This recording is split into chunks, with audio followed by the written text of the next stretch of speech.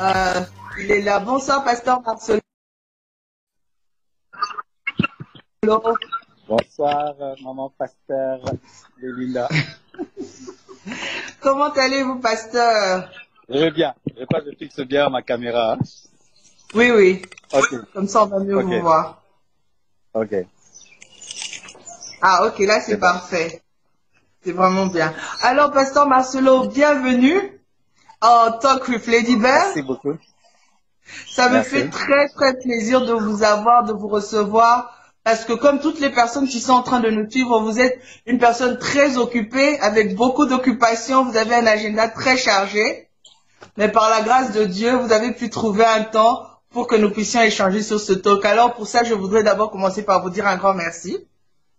Merci pour votre temps. Mais aussi, je ne peux pas vous dire merci sans dire merci aussi à Maman Blanche. Vraiment, qui je vais rester à table avec les invités. Vraiment. Donc, je dis aussi merci à Maman Blanche qui a permis aussi qu'on puisse passer ces moments aussi ensemble. Donc, gros bisous à elle. C'est une femme que personnellement j'aime beaucoup. Donc, nous l'embrassons aussi, soit dit en passant.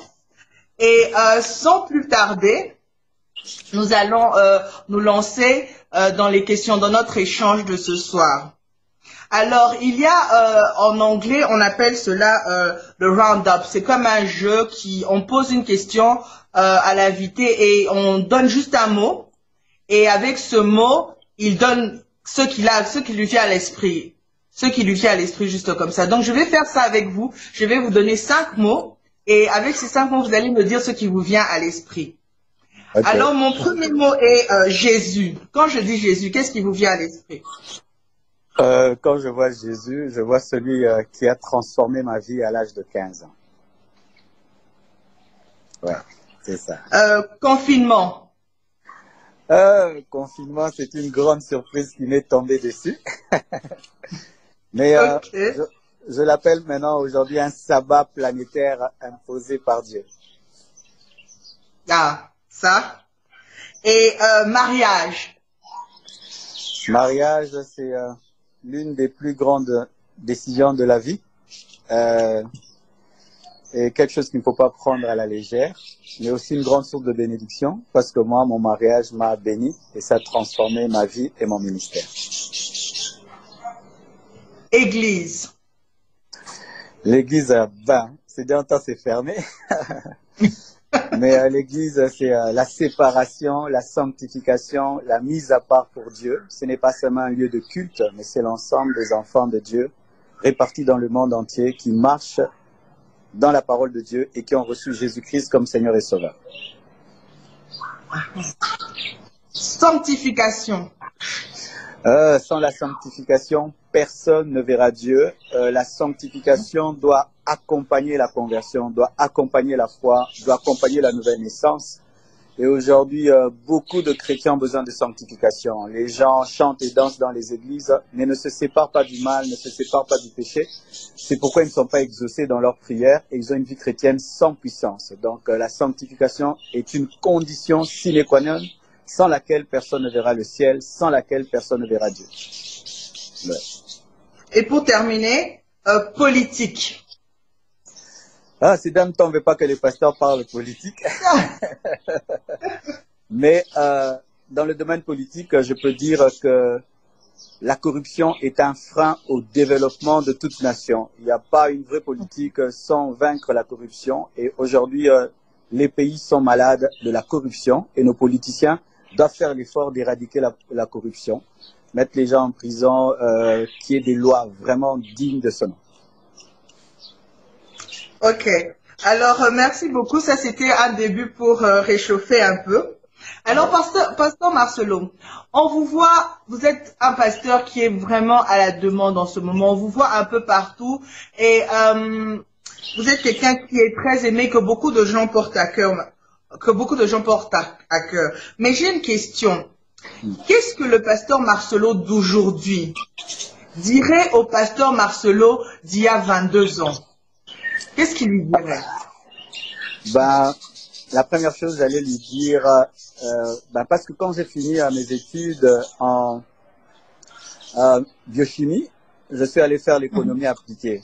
mais je crois que j'allais lui dire qu'après ça, il fallait que je fasse la théologie, quoi. Donc, je lui dirais directement après qu'il ait eu son diplôme, il fallait qu'il fasse la théologie parce que c'est ce qui allait m'aiguiser davantage dans mon ministère. Là, j'ai fait des études en économie appliquée et maintenant, c'est en étant pasteur que je suis en train de parfaire ma formation avec toutes les tâches multiples que j'ai. J'ai pas toujours le temps. Bah, je lui aurais dit vraiment directement après son diplôme de faire la théologie. Ok. Et donc ça, c'est un conseil que vous donnerez aussi à toutes les personnes qui voudraient servir le Seigneur, d'aller se former. Directement. Quand tu as l'appel de Dieu, va directement te former parce que quand tu seras en plein dans le ministère, tu auras du mal parce que les brebis, prêcher, les conférences, les voyages, tout ça va t'empêcher de te former. Mais si tu peux te former, mais le défi sera grand. Ok. Et en pensant à vous, s'il y a quelque chose à refaire, bien sûr, si on met à part le fait que plus tôt, vous aurez peut-être commencé à faire la théologie plus tôt, mais en pensant à vous, s'il y avait quelque chose à refaire, quelle est cette chose que vous referez et pourquoi? S'il y avait à refaire, directement après mon appel, j'aurais implanté l'église à Limité. Parce que j'ai servi Dieu à Limité à Lemba pendant 11 ans. Mais c'est quand je suis allé à Limité que c'est explosé. Mais je sentais dans de moi, depuis toujours, que je devais aller à Limité. Mais comme je ne suis pas un jeune de Limité, j'avais peur. Alors, mais je suis un jeune de Lemba. Alors, je trouvais bon d'être là où on me connaît. Mais ça n'avait pas explosé. Mais quand je suis allé là où j'étais inconnu, c'est quand c'est explosé. Donc aujourd'hui, j'aurais plutôt obéi à Dieu pour aller au lieu de ma destinée. Ça m'a donné du retard. J'ai un retard de 11 ans dans la vie. Ok. Mais bon, vous avez quand même appris dans ces 11 ans beaucoup de choses. Oui, oui.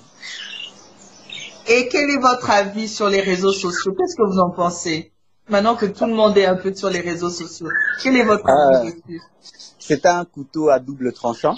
Le couteau peut te permettre de préparer un gâteau, de faire du beurre et tout, mais ça peut tuer aussi. Alors, lorsque tu vas sur les réseaux sociaux, tu dois savoir ce que tu vas y faire. C'est comme quand tu vas dans un supermarché. Si tu ne sais pas ce que tu vas acheter, tu vas acheter même des Pampers dont tu n'as pas besoin, tu vois. Alors, il faut avoir ta liste quand tu vas au supermarché. Comme ça, tu n'achètes que ce dont tu as besoin. Mais quand aussi tu vas sur les réseaux sociaux, si tu ne sais pas ce que tu vas y faire, ah là, tu vas te retrouver dans des bêtises, des distractions, des polémiques, des fake news. Mais quand tu sais, moi, j'y vais pour enseigner, pour partager des idées, pour influencer, pour transformer, parler de Jésus-Christ, édifier les gens. Donc, je ne perds pas mon temps sur les réseaux sociaux. Mais ceux qui vont s'y promener, regarder la vie des autres, là, vraiment, ils sont dans le filet du diable. Ok. Et pasteur, dites-moi un peu, comment vous faites pour équilibrer un peu avec vos responsabilités et les différentes tâches, vos responsabilités et le fait de vos différentes activités. Le fait que vous êtes mari, vous êtes père, vous avez le ministère, il y a l'administration, il y a tout ce qui va avec. Comment vous faites pour équilibrer le tout? C'est très difficile. Il faut être un équilibriste pour le faire. Vous voyez, l'équilibriste, qu'est-ce qu'il fait, le jongleur? Lorsqu'il jongle avec une balle, ben, c'est facile. Quand tu jongles avec deux, c'est un peu facile. 3, 4, ça devient difficile. Alors, le principe du jonglage, c'est qu'il ne faut pas tenir de manière permanente une balle et il ne faut pas la négliger. Sinon, les balles tombent. Donc, tu tiens une balle et puis tu tiens une autre et ça tourne, ça tourne, ça tourne. Alors, mon principe, c'est que je dois donner un peu de temps à toute chose. Donc, j'ai un temps où je lis les livres, un temps pour écrire les livres, un temps pour travailler ma musique, un temps pour travailler tout. J'ai au moins 5 pages à travailler sur Internet.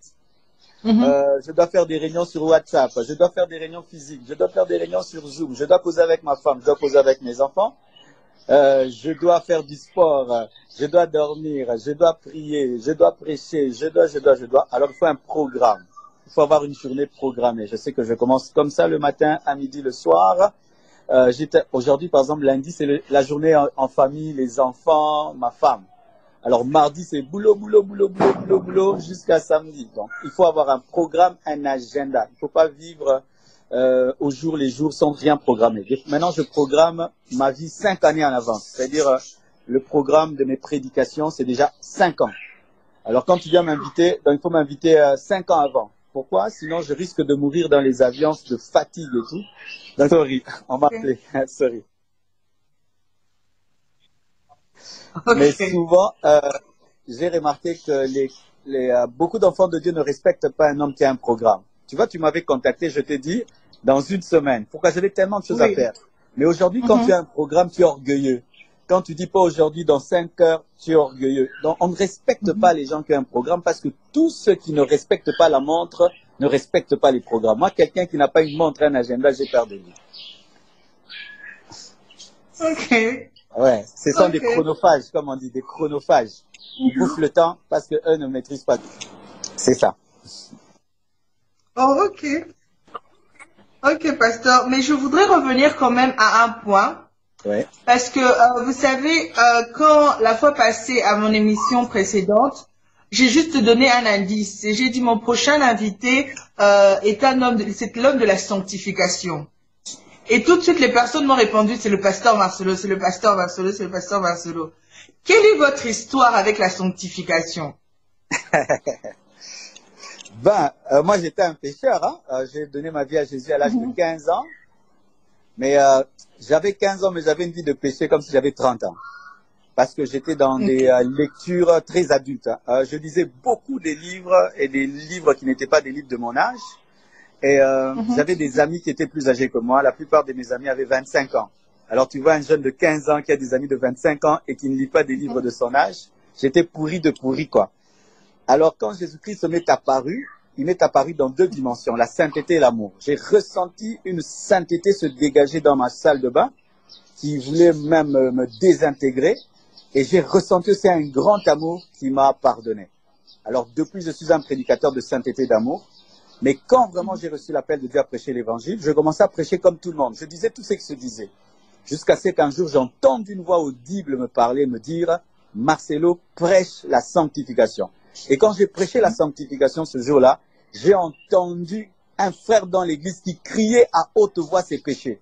Depuis, quoi que je fasse, que je prêche la prospérité, je reviens à la sainteté. Je prêche miracle, je reviens à la sainteté. C'est comme ma bouche est penchée, quoi. Elle ne va que vers la sainteté. C'est ça, quoi. Ah, ok. Alors ici, je vais vous présenter 3 objets. Ok. Alors, je ne sais plus, je vais les faire monter un peu plus haut comme ça pour que vous voyez. J'ai une montre avec moi. Oui. J'ai un fruit, une pomme. Et j'ai un masque. Ok. Maintenant, j'aimerais que vous passiez un message à une personne qui est en train de nous suivre en ce moment. Quel message vous pouvez donner en choisissant un des objets que je vous présente? Moi, j'aime beaucoup la montre. Hein. J'aime bien la montre. Moi, la montre, c'est quelque chose vraiment qui compte beaucoup dans ma vie. J'ai commencé même à porter ce genre de montre parce que je trouve que c'est très utile.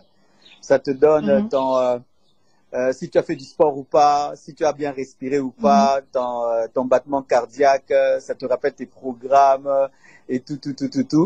Alors moi, c'est la montre. La montre a une très grande importance dans ma vie. Sans la montre, je serais très désordonné. J'aurais même oublié ce rendez-vous. Il fallait que je programme ce rendez-vous, que je mette une alarme pour ce rendez-vous. Vraiment, moi, le matin, quand je me brosse les dents, la montre. Donc, j'ai une montre dans ma salle de bain, une montre dans le couloir, j'ai une montre dans le salon, j'ai une montre. Donc, quand il n'y a pas une montre là où je suis, quand je prêche, on doit me mettre un compteur. Donc, la montre. La montre, c'est les hommes qui réussissent dans la vie respectent le temps. Ouais, la montre. Il faut respecter le temps. Si tu bousilles ton temps présent, tu vas le payer dans le futur.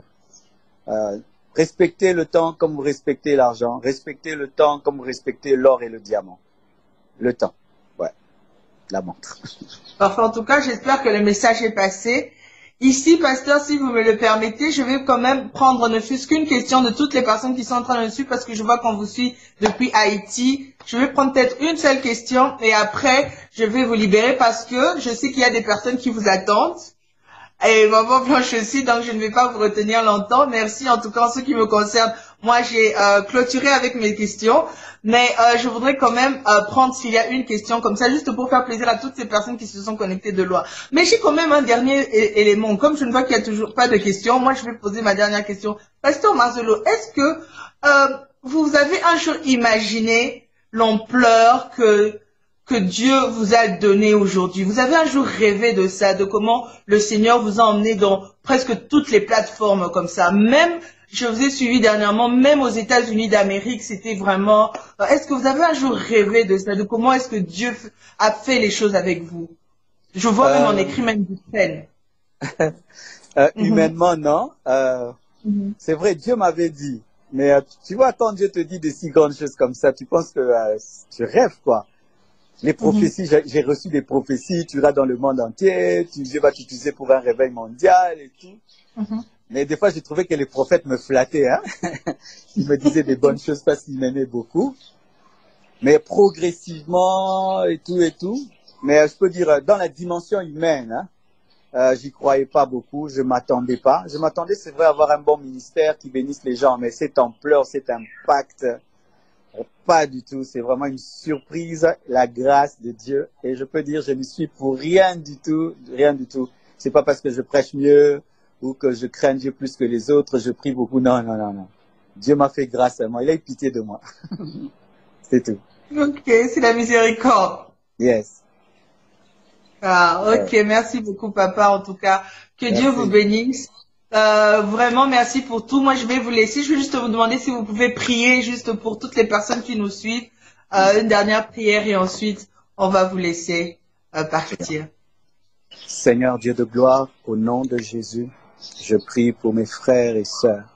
Je prie que pendant ces temps de confinement, de pandémie, tu les protèges et les gardes. Je prie que tu relèves tes enfants qui sont tombés dans le péché pendant ce confinement. Je prie que tu sauves ceux qui n'ont point d'espérance.